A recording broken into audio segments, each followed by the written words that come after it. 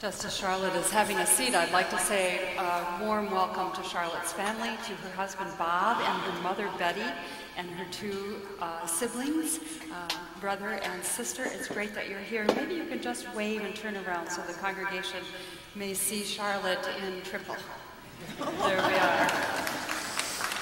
Thank you so much for coming. So as I thought about this morning, I thought one way we could go at this was to have a sermon, and then I began to think, you know, it's not about a sermon this morning. It's about what Charlotte has meant to this congregation in her 17 years of ministry here among us, and also is just a little bit about the extraordinary conversations that she and I have been able to have over these past 17 years. I think as we both now are moving into a new time of our life, these conversations might even become more precious to us. And so I want to invite you into one of our final conversations this morning as we both look forward to what's coming next. Charlotte, it's great to have you here this morning, and it's been quite a morning already. And now we probably have to get it together and think through a little bit of how we might like to share with the congregation what it means to be a caregiver. One of the things I love most about you is I always think of myself as being in ministry a long time and being ordained for many years and all of that stuff as one of the trailblazers, and then I think, oh my gosh, you've been ordained for almost 41 years, and you are definitely a trailblazer. And so I'm curious.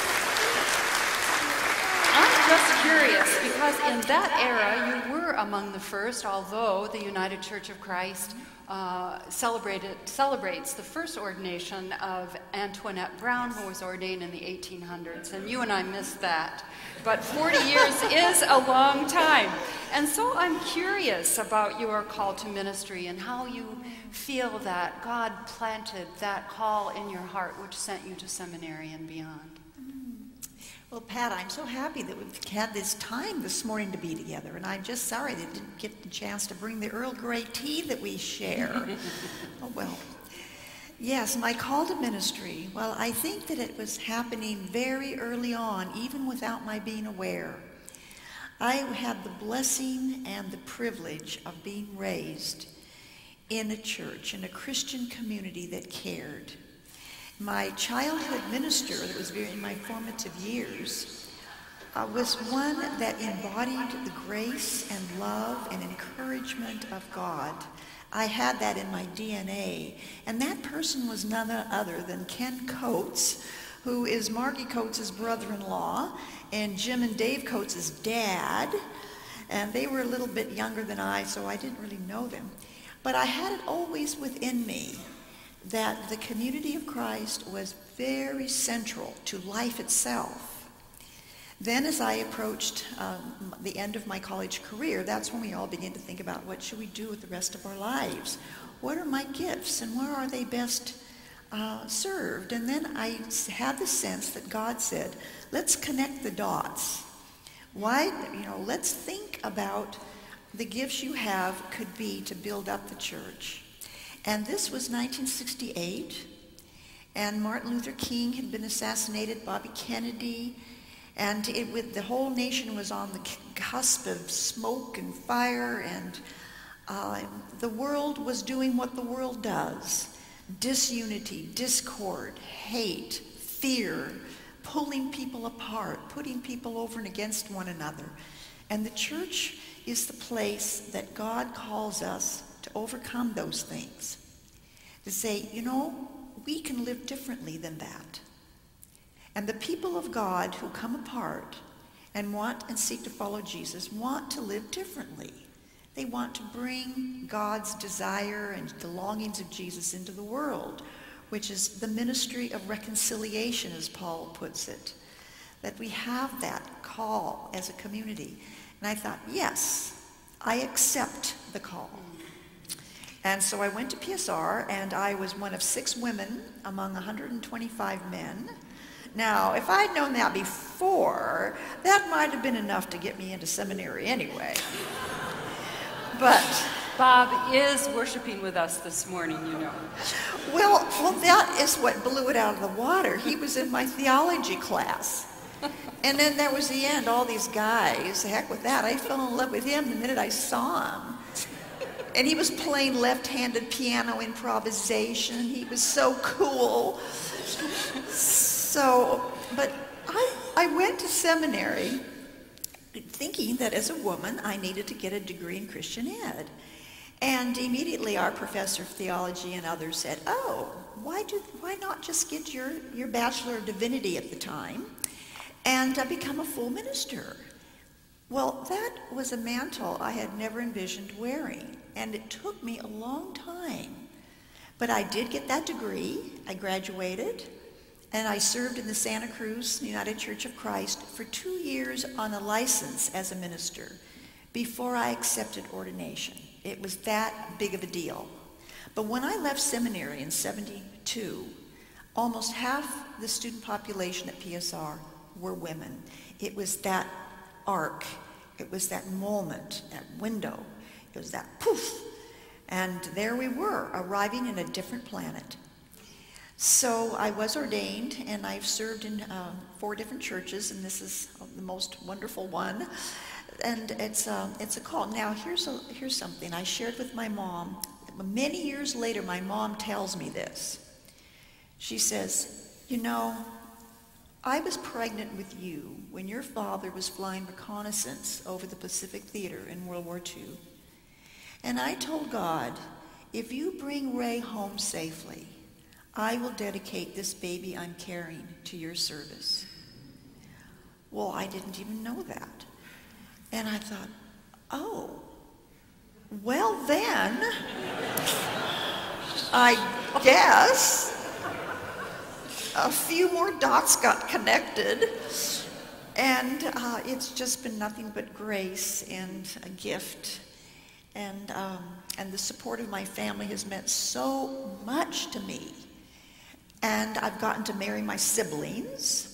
And my brother's husband, Richard, is out in the foyer with her dog, Pluto, who is a skipper key. And we didn't think it, some of you may be allergic to dogs, so he's out there. But I got the privilege of marrying them on December 21st after the 17 years of their relationship. So I tell you, that was a fulfillment of my ministry right there. And then today has been the icing on the cake. So I know that somewhere along your journey you felt another call, and that call was into pastoral counseling. And you had some training at the Lloyd Center in San Anselmo, and we have a relationship with pastoral counseling. Even to this day, we have the Interfaith Counseling Center here at FCCB, which is in some ways, I think, the continuation of the Lloyd Center. What sent you into that special kind of training? Did you feel a call to pastoral care and counseling? Yes. Well, Pat, I had been working in the church for all these many years, and in 1995, it was time of transition at the Piedmont Community Church, where I was the associate pastor. And that was a good time to think about things. So at that time, what I did was I enrolled at the Lloyd Center, which required me to take a degree of clinical pastoral education at UCSF. And I explored what it would be like to go deeper into more pastoral care, counseling kinds of things. So I was at the Lloyd Center they had a special program for clergy that wanted to go deeper and to get a specialty degree. I chose not to become a counselor with that center because it was too time consuming and I wanted to be in the church. What did you learn from that, from that training? What did you learn? Oh, well, I learned so much about myself that we could spend the rest of the afternoon listening to my confessions but it was really wonderful. I learned principally just what Henry Nouwen said. He said, the real caring is helping each other find our brokenness and change that into a gateway to joy. And I learned so much about my own brokenness And instead of being so discouraged and quitting, which I thought of many times, I was able, with that training and the help and support, to let that become a gateway into compassion and into transforming it into joy. And I had never thought that brokenness and joy could go hand in hand. And so I learned that, and that has made all the difference in my ministry here at FCCB. I think, Charlotte, we've talked a couple of times about our theology of caregiving, and I'll say Henry Nouwen's name again, that with Henry Nouwen, I think we both learned the idea in pastoral care of the wounded healer, so that it is only through really looking at our own experience that we can enter into sharing of another's wounds and moving those wounds towards healing, that it has to come out of our own experience of brokenness. And you've stated your theology so beautifully. Could you tell us a story? Could you tell us a story about compassion, or how you've seen the experience of being a wounded healer in your ministry over these many years? The story that comes to mind, this church, you're really good at caring for each other and inviting others to care. And this story is about a woman I'm going to call Jane. She was not a member of our church. I didn't know her. She had attended the Creative Living Center, which had met at the time over in Durant House. She was challenged in a variety of ways, but her biggest challenge was that she had 4th stage ovarian cancer, and she was all alone. Her family lived in the South, in Texas, or somewhere, and she had some friends at CLC, but she was basically a very lonely person. So we invited her into this community, and one of our members and several created the Share the Care, and we created a community around her to support her. We gave her companionship. We were with her during her surgery. We were with her during her homecoming. We helped her in her apartment to get ready. She ended up in a nursing home, and one of the members of the Pastoral Care Committee, which was very vibrant at the time, and we've always had some form of structured pastoral care in this church. At that time, it was the Pastoral Care Committee. He went to see her every week and helped her move through dealing with the end of her life and what it meant to be beloved when she had had no experience of being beloved. That compassion that this church extended to her was so moving to me. It was God's love extended to all people, that every person is beloved. Yes, we have to do our individual work. We have to walk a lonely valley. A lot of it is solitude and silence. And we need to do that in community. And everything that we do, a small prayer, a visit, a thought, the prayers we offer here, those joy and concern cards, all of that goes to building up the community, the strength and the power of the community of Christ, and enables it to go out and include people that never would have thought of themselves or even had a concept of what it would be like to be in a community like that. I think you've just spoken about what the heart of a true caregiver is. It's not only to care individually for someone or as an individual towards someone. I think when one suffers, we all suffer, and when one is able to experience joy, we all experience joy.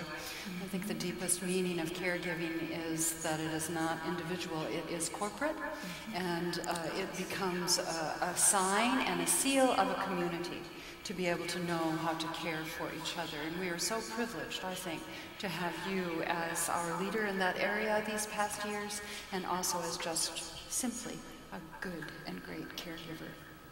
I want to ask you a little bit, because I think it's also so important in the midst of caregiving. How do you tend to yourself?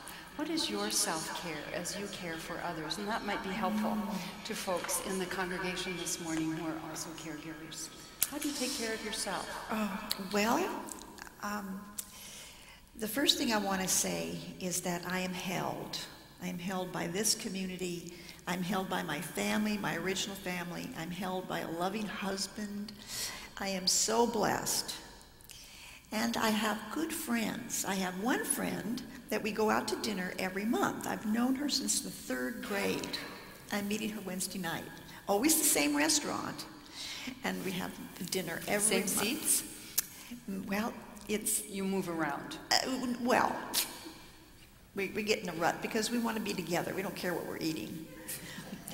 And we have another friend who walks. I have a walking friend. And then I have another friend who's a colleague in pastoral care. And we have coffee every other week at Gaylord's. And we share our joys and our concerns. And Bob and I go out to Point Reyes whenever we can, just to see and look and hear the waves and the ocean all around. It's perfectly beautiful. And Bob and I also have a habit of reading the Still Speaking devotional. And everyone can do that. It's just, you just Google it, Still Speaking devotional, and it'll pop up and you can save it on your email. And every morning there's a meditation by one of our UCC writers. And then we read a scripture. We usually use the Episcopal lectionary because it's a daily reading. And we read that. So we have that kind of nurture. And then, of course, I read all these fantastic books that you all tell me about. And so I'm looking really forward to reading Marilyn Robinson's new book, Lila. I loved Gilead. So keep them coming. I've got a little list for my recovery to read. So as many of you know, Charlotte is retiring at this moment in our life together because she is going to have surgery on February 20th.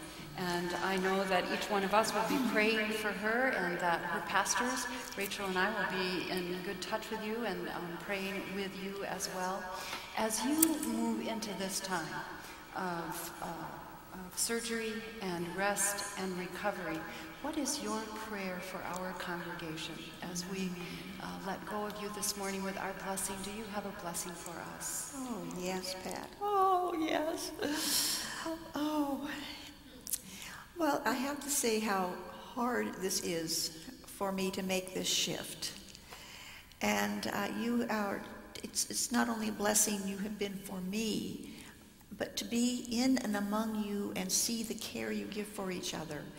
And my blessing for you is that you may savor that and take a moment and receive the incredible gift that this community is.